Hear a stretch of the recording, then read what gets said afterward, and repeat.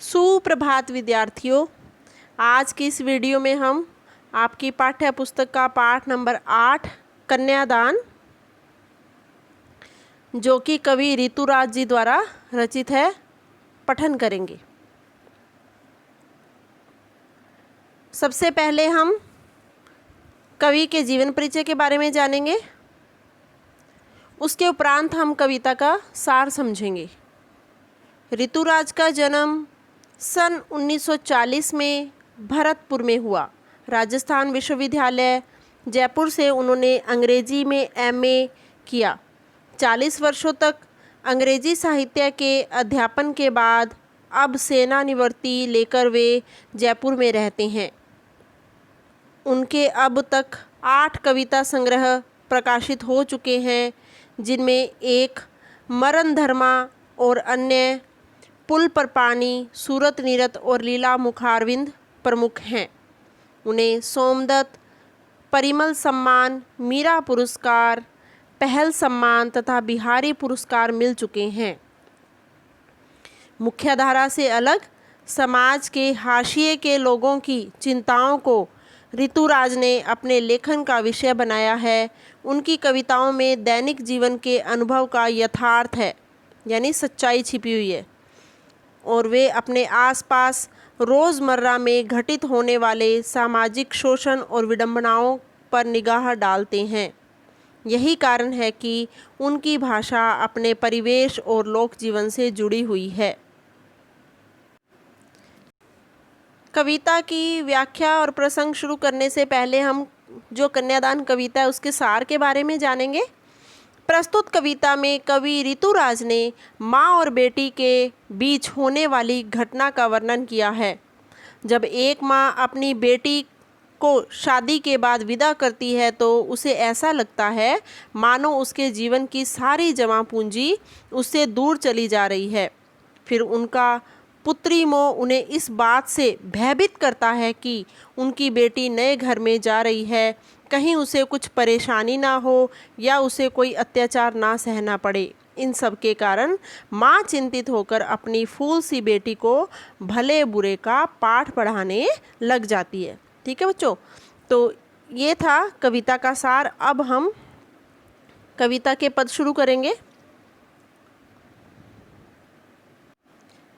कितना प्रामाणिक था उसका दुख, लड़की को दान में देते वक्त, जैसे वही उसकी अंतिम पूंजी हो। लड़की अभी सयानी नहीं थी, अभी इतनी भोली सरल थी कि उसे सुख का आभास तो होता था, लेकिन दुख बाँचना नहीं आता था। पाठिका थी वह धुंधले प्रकाश की, कुछ तुकों और कुछ लयबद्ध पंक्तियों की। हाँ जी बच्चों, इसके शब्दार्थ कुछ इस तरह से हैं। दान, देना, वक्त, समय, प्रामाणिक, वास्तविक, पूंजी, धन, अंतिम, आखिरी, सयानी, समझदार, आभास, एहसास, बाँचना, पढ़ना, पाठिका, पढ़ने वाली। कितना प्रामाणिक था उसका दुख, लड़की को दान में देते वक्त, जैसे वही उसकी अंतिम पूंजी हो। इन काव्य पंक्तियों की व्याख्या समझने से पहले हम इसके प्रसंग के बारे में जानेंगे। इसका प्रसंग कुछ इस तरह से है। प्रस्तुत काव्यांश हमारी हिंदी की पाठ्य पुस्तक क्षितिज भाग 2 के अंतर्गत कवि ऋतुराज द्वारा लिखित कन्यादान नामक कविता में से अवतरित हैं। इस काव्यांश में कवि ने लड़की के कन्यादान पर माँ की भावनाओं का चित्रण समाज व्यवस्था से हटकर किया है। अब इसकी व्याख्या कुछ इस तरह से है बच्चों। कितना प्रामाणिक था उसका दुख, लड़की को दान में देते वक्त, जैसे वही उसकी अंतिम पूंजी हो। लड़की के कन्यादान के समय माँ का दुखी होना यथार्थ है, क्योंकि माँ अपने कलेजे के टुकड़े को पराए हाथों में दान दे देती है। उस समय माँ को यह लगता है कि लड़की उसकी अंतिम पूंजी है, क्योंकि अपने सभी संस्कारों को माँ अपनी बेटी में भरती है। ठीक है बच्चों, तो आगे देखिए।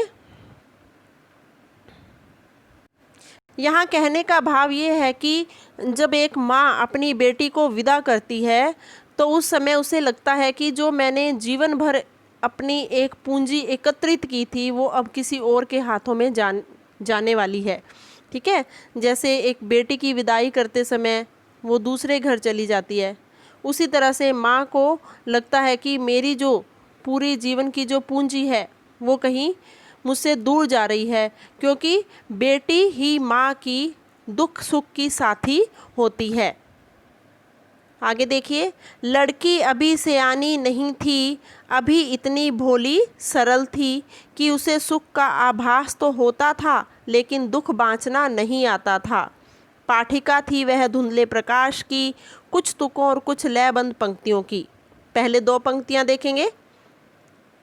लड़की अभी सयानी नहीं थी, अभी इतनी भोली सरल थी। लड़की जब कन्यादान में दी जाती है तब तक वह अधिक समझदार नहीं होती, वह अत्यंत भोली एवं सरल स्वभाव की होती है, इसीलिए वह समाज के छल कपट को समझ नहीं सकती।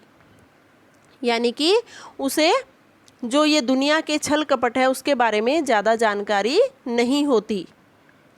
कि उसे सुख का आभास तो होता था लेकिन दुख बाँचना नहीं आता था। यहाँ पर कवि कह रहे हैं कि उसे सुख की अनुभूति तो होती है लेकिन दुख को समझना पड़ना नहीं आता था, इसीलिए वह अपने घर में जाकर दुखी होती रहती है। माँ अपने आप पर हुए जुल्मों की पाठिका थी लेकिन दुख बाँचना नहीं आता था। पाठिका थी वह धुंधले प्रकाश की, कुछ तुकों और कुछ लयबंद पंक्तियों की। यहाँ पर कवि कह रहे हैं कि जो माँ है, माँ अपने आप पर हुए जुल्मों की पाठिका थी। उसने हर दुख को सहा था, समझा था। वे दुख आज भी धुंधले प्रकाश की तरह उसे याद आ रहे थे। पाठिका थी वह धुंधले प्रकाश की, कुछ तुकों और कुछ लयबद्ध पंक्तियों की। स्त्री होने के कारण उसे समाज द्वारा जिन यातनाओं को अपने पति के घर में विवाह उपरांत सहना पड़ा था, उनसे वह अच्छी तरह परिचित थी और इसी के बारे में वो अपनी बेटी को बताना चाहती थी। समाज द्वारा लड़की के लिए निर्मित कुछ तर्क और लयबद्ध परंपरागत उक्तियों को वह अच्छी तरह समझती थी। उसी परंपरागत असूलों के कारण उसे सारा जीवन स्त्री होने के कारण दुख सहना पड़ा था।